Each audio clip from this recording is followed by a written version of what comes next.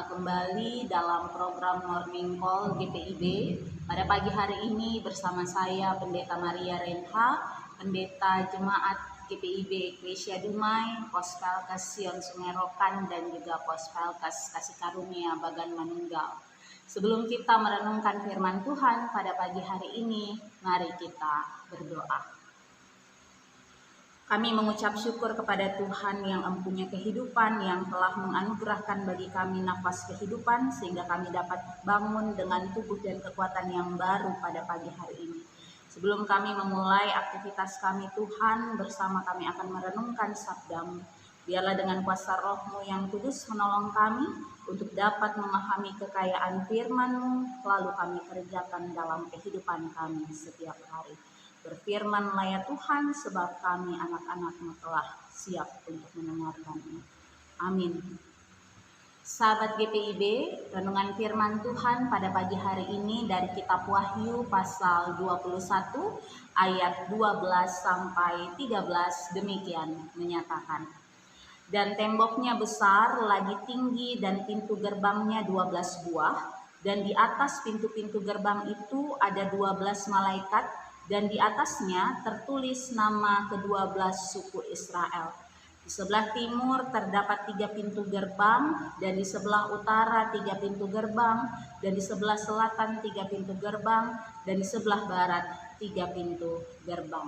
Demikian firman Tuhan, terpujilah Kristus. Haleluya. Sahabat GPIB, dalam kepercayaan atau tradisi masyarakat kuno, termasuk para penulis Alkitab, ada beberapa angka yang memiliki makna tertentu. Salah satunya adalah angka 1, angka 3, angka 4, angka 7, 10, 12, dan juga 40. Nah, dalam perikop kita beberapa kali menjumpai disebutkan angka 12, yang merujuk pada 12 pintu kota Yerusalem, lalu kemudian di atasnya ada 12 malaikat, dan di atasnya lagi tertulis 12 suku Israel. Nah, dalam tradisi masyarakat kuno memahami bahwa angka 12 ini memiliki atau melambangkan tentang kepenuhan dan juga kesempurnaan. Dan ketika kita merujuk pada Kitab Wahyu pasal 21 ini, maka pada pasal ini berbicara tentang pemulihan bagi umat Kristen yang pada saat itu mengalami penganiayaan yang luar biasa. Mereka mengalami penindasan dan penganiayaan luar biasa karena tidak mau menyembah kaisar sebagai dewa. Nah, sehingga mereka harus mengalami penderitaan dan penganiayaan yang luar biasa pada saat itu. Sehingga kepada penulis Kitab Wahyu ini disingkapkan penglihatan tentang janji atau pemulihan kepada mereka yang mau berjuang di dalam penderitaan dan bertahan, bahwa pemulihan itu akan terjadi dalam kehidupan mereka.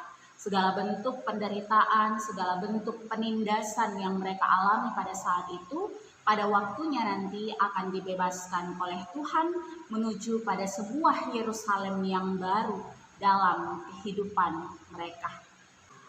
Kita tahu bersama bahwa kitab Wahyu ini begitu penuh dengan simbol-simbol. Nah, kalau dalam perikop tentang pemulihan lalu dikaitkan dengan simbol angka 12 yang tadi melambangkan tentang kepenuhan dan kesempurnaan, maka dapat ditarik kesimpulan bahwa ternyata dalam perjalanan juang dan derita orang-orang Kristen, pada akhirnya yang akan memulihkan mereka itu adalah Tuhan itu sendiri dalam kepenuhan dan kesempurnaannya. Artinya penyertaan Tuhan itu sempurna. Tuhan menyertai umatnya bukan hanya pada waktu-waktu yang baik saja, tapi justru di dalam penderitaan, di dalam penindasan, di dalam berbagai peristiwa-peristiwa yang tidak menyenangkan, justru penyertaan Tuhan itu nyata dalam kehidupan orang yang percaya. Oleh karena itu, belajar dari firman Tuhan hari ini, kita bersama-sama untuk menghayati dan mengimani bahwa sungguh penyertaan Tuhan itu sempurna dalam kehidupan kita. Tidak peduli apapun situasi dan kondisi yang terjadi dalam kehidupan kita. Karena seringkali tidak kita sadari bahwa segala bentuk penderitaan, segala bentuk hal yang tidak menyenangkan yang terjadi dalam kehidupan kita itu bukan hanya karena sesuatu atau jalan derita atau ujian yang Tuhan izinkan terjadi dalam kehidupan kita, tapi seringkali itu adalah karena ulah kita sendiri, karena ketidaktaatan kita untuk hidup di dalam penyertaan Tuhan. Nah, contoh sederhana yang bisa kita lihat adalah ketika Tuhan menciptakan langit bumi dan segala isinya, Tuhan berfirman dan pada akhirnya Tuhan mengatakan bahwa semuanya itu baik. Dan bahkan kita pun menyaksikan sampai hari ini bahwa alam semesta ciptaan Tuhan ini sungguh sangat indah, sungguh sangat luar biasa karyanya. Ketika kita melakukan perjalanan wisata, seringkali yang kita pilih adalah wisata alam. Di tempat wisata alam kita melihat, menyaksikan bagaimana karya Tuhan yang luar biasa dan itu sangat menyegarkan hati dan jiwa kita. Namun sebuah fakta yang seringkali terjadi adalah kalau sebuah tempat wisata yang sebelumnya indah, yang sebelumnya itu sangat baik, lalu kemudian viral dan banyak orang yang mengunjungi di sana, lalu kita pun ikut berkunjung di sana, seringkali yang nampak dalam pandangan kita tempat itu tidak seindah lagi seperti yang foto-foto atau gambar-gambar atau video-video yang kita saksikan. Terdapat begitu banyak sampah-sampah yang merusak pemandangan. Kenapa? Ya karena manusianya tidak bisa menjaga alam ciptaan yang indah tersebut. Perilaku manusia yang membuat alam yang Tuhan ciptakan itu kemudian menjadi rusak. Segala sumber daya alam yang begitu kaya, yang begitu indah, seringkali juga dieksploitasi oleh orang-orang yang tidak bertanggung jawab, sehingga mengeruk hasil alam tersebut untuk kepentingan diri sendiri. Maka dari sini kita dapat melihat bahwa ternyata perilaku kita sebagai manusia juga memiliki kontribusi yang besar dalam kerusakan atau krisis lingkungan yang terjadi pada hari ini.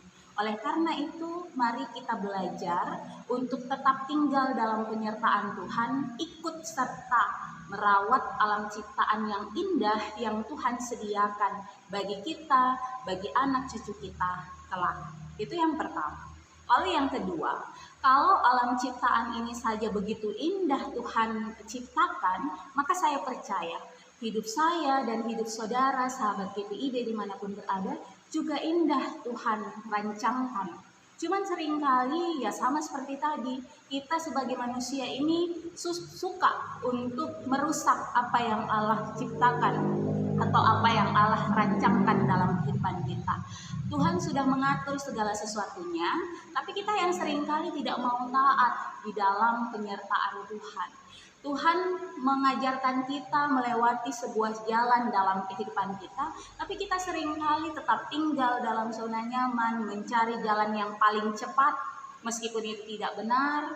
Lalu kemudian ketika kita menerima akibat dari dosa atau kesalahan yang kita lakukan, seringkali kita juga berseru dan berteriak balik kepada Tuhan, kenapa Tuhan izinkan penderitaan, kenapa Tuhan izinkan sakit penyakit dan lain sebagainya itu terjadi dalam kehidupan kita, padahal kita sendiri yang tidak mau tinggal dalam penyertaan Tuhan.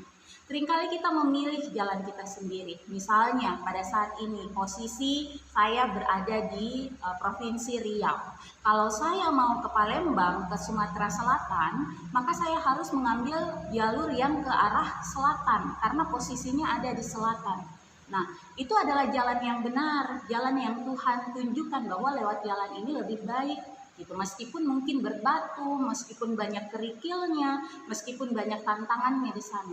Tapi saya sok ngide, pengen mau lewat jalan yang baru, bikin ke arah utara atau lain sebagainya, ya nggak bakalan sampai begitu.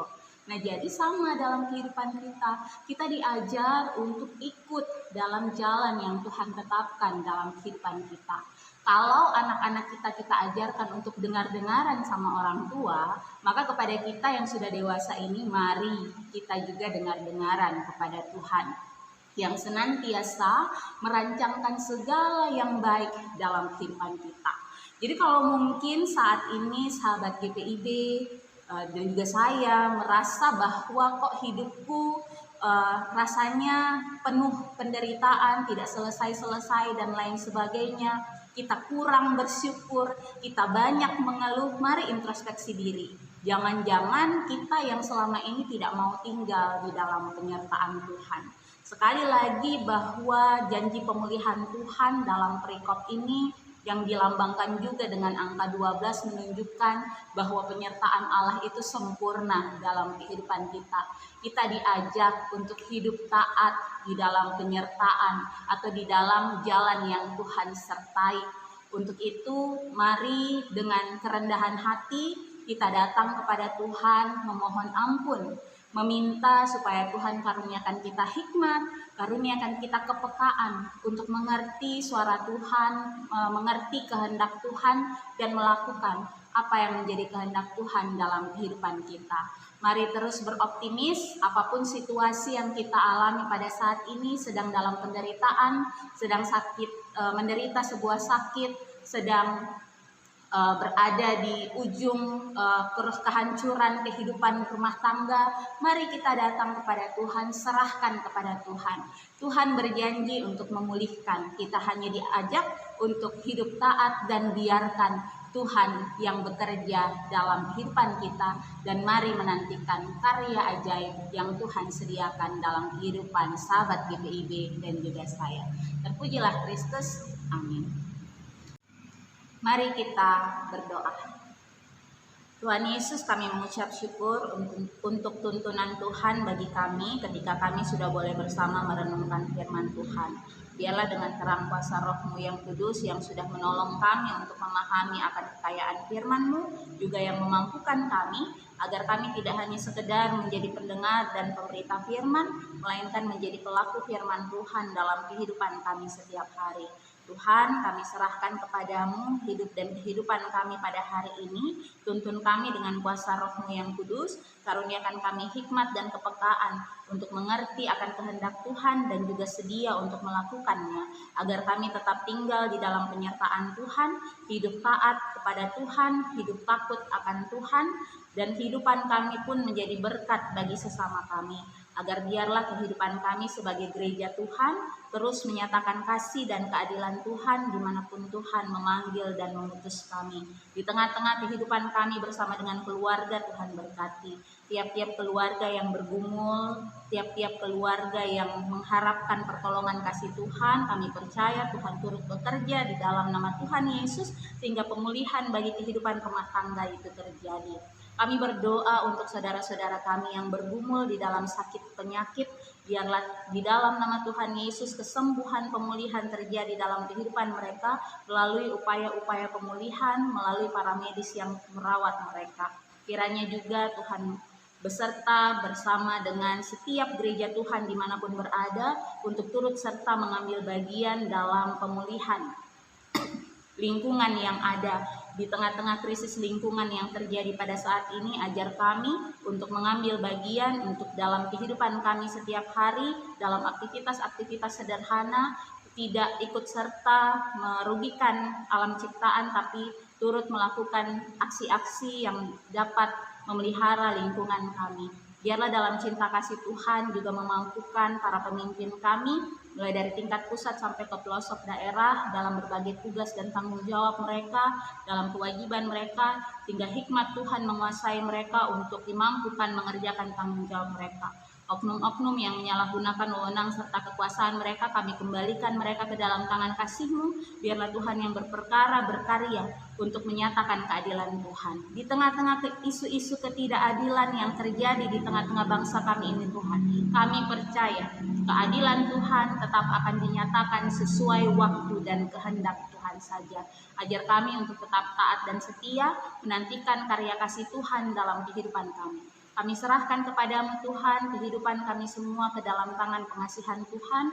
Biarlah apapun yang kami lakukan pada hari ini dapat menjadi kesaksian dimanapun Tuhan memanggil dan mengutus kami. Terima kasih Bapa, inilah doa dan syukur kami. Di dalam nama Tuhan Yesus kami berdoa dan mengucap syukur. Amin. Sahabat GPIB, selamat beraktivitas. Sampai jumpa kembali di Morning Call GPIB. Tuhan Yesus memberkati. Shalom.